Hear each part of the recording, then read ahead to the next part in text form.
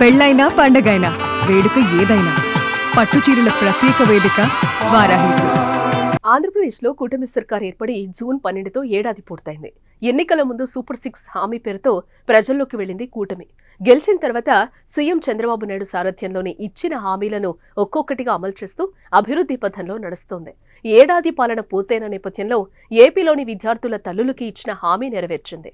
చదువుకునే పిల్లలు ఎంతమంది ఉంటే అందరికీ తల్లికి వందనం పథకం అమలు చేసి ఇచ్చిన మాట నిలబెట్టుకున్నారు. అసలు తల్లికి వందనం స్కీమ్ ఏంటి? ఎంత అమౌంట్ జమ చేస్తారు? ఎంతమంది విద్యార్థులకు లబ్ధి చేకూరుతుంది? పూర్తి వివరాలు చూద్దాం. ఆంధ్రప్రదేశ్లో కూటమి ప్రభుత్వం ఎన్నికల సమయంలో ఇచ్చిన హామీలు నెరవేర్చే పనిలో ఉన్నారు. ఈ క్రమంలోనే ఎంతో ప్రతిష్టాత్మకంగా చేపట్టిన తల్లికి వందనం పథకం ప్రారంభించారు ముఖ్యమంత్రి చంద్రబాబు నాయుడు. ఈ పథకం ద్వారా 1వ తరగతి నుండి 12వ తరగతి వరకు చదువుతున్న విద్యార్థుల తల్లులకు ఆర్థిక సహాయం అందించడం లక్ష్యంగా రూపొందించబడింది. తద్వారా పేదరికం కారణంగా విద్య ఆగిపోకుండా చూడటం ప్రభుత్వ ఉద్దేశం. రాష్ట్ర వ్యాప్తంగా 67.27 లక్షల తల్లుల ఖాతాలో 8,745 కోట్లు ప్రభుత్వం జమ చేసింది.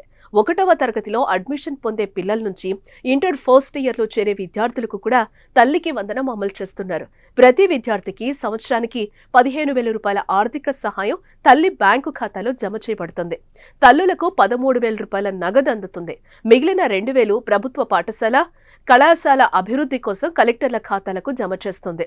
ఒక కుటుంబంలో ఎంతమంది పిల్లలు చదువుతున్నా ప్రతి విద్యార్థికి 15,000 రూపాయల చొప్పున సహాయం అందుతుంది. తల్లికి వందనం పథకం అర్హతలు, నియమ నిబంధనల గురించి ఇప్పుడు చూద్దాం. కుటుంబ ఆదాయం గ్రామీణ ప్రాంతాల్లో 10,000, పట్టణ ప్రాంతాల్లో అయితే 12,000 మించకూడదు. రేషన్ కార్డు తప్పనిసరిగా ఉండాలి. 3 ఎకరాలకు మించి మాగాణి భూమి ఉంటే ఈ స్కీమ్ వర్తించదు. మెట్ట భూమి 10 ఎకరాల లోపు ఉంటేనే అర్హులు. కుటుంబంలోని ఎవరి పేరు మీదైనా 4 చక్రాల వాహనం ఉంటే ఈ పథకానికి అనర్హులు. కాకపోతే ట్రాక్టర్లు, ఆటోలకు ఈ నిబంధన నుంచి మినహాయింపునిచ్చారు. నెలవారీ కరెంటు వినియోగం 300 యూనిట్లు దాటకూడదు. సొంతిల్లైనా అద్దిల్లైనా ఇదే వర్తిస్తుంది. 1000 చదరపు అడుగులకు మించి ప్రాపర్టీ ఉంటే ఆ కుటుంబానికి తల్లికి వందనం స్కీము అర్హులు కాదు. ఫ్యామిలీలో ఎవరైనా కేంద్ర ప్రభుత్వం లేదా రాష్ట్ర ప్రభుత్వం సర్వీసుల్లో పనిచేస్తే వారికి తల్లికి వందనం పథకం వర్తించదు. పబ్లిక్ సెక్టర్ అండర్టేకింగ్స్ లో పనిచేస్తున్న వారి పిల్లలకు ఈ స్కీమ్ కి అనర్హులు. ప్రభుత్వ ఉద్యోగం నుంచి రిటైర్ అయ్యి పింఛన్ తీసుకుంటున్న వారి పిల్లలకు ఈ పథకం వర్తించదు. కాకపోతే పారిశుద్ధ్య కార్మికులను ఇందులో నుంచి మినహాయించారు. కుటుంబంలో ఎవరైనా ఇన్కమ్ ట్యాక్స్ పే చేసేవారు కూడా ఈ స్కీమ్ కి అనర్హులు. అనాథ పిల్లలు, వీధి బాలలకు కూడా తల్లికి వందనం వర్తిస్తుంది. స్వచ్ఛంద సంస్థల ద్వారా అలాంటి చిన్నారులు స్కూళ్లలో చేరితే వాళ్లకు కూడా తల్లికి వందనం పథకం వర్తిస్తుంది. ఈ స్కీమ్ లబ్ధి పొందాలంటే విద్యార్థుల తల్లుల బ్యాంక్ ఖాతాలకు NPCI లింకింగ్, ఆధార్ డీటెయిల్స్ తప్పనిసరి. విద్యార్థులకు 75 హాజరు శాతం తప్పనిసరి. మధ్యలోనే చదువు ఆపేసిన తల్లికి వందనం స్కీమ్ వర్తించదు. ప్రభుత్వ, ప్రైవేట్, ఎయిడెడ్ పాఠశాల, ప్రభుత్వ గుర్తింపున్న జూనియర్ కాలేజీల్లో 1 నుంచి ఇంటర్ వరకు చదువుతున్న విద్యార్థులు తల్లికి వందనం పథకం వర్తిస్తోంది.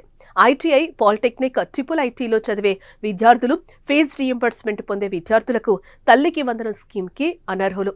సూపర్ 6 హామీల్లో ఇప్పటికే పింఛన్ల పెంపు, అన్నా క్యాంటీన్, మెగా DSC, దీపం 2 వంటి పథకాలు కూటమి ప్రభుత్వం అమలు చేసిన విషయం తెలిసిందే. తల్లికి వందనం స్కీమ్తో ఏడాదిలో కొంత ఆర్థిక ఇబ్బందులు తొలగిపోతాయని సంతోషం వ్యక్తం చేస్తున్నారు తల్లిదండ్రులు.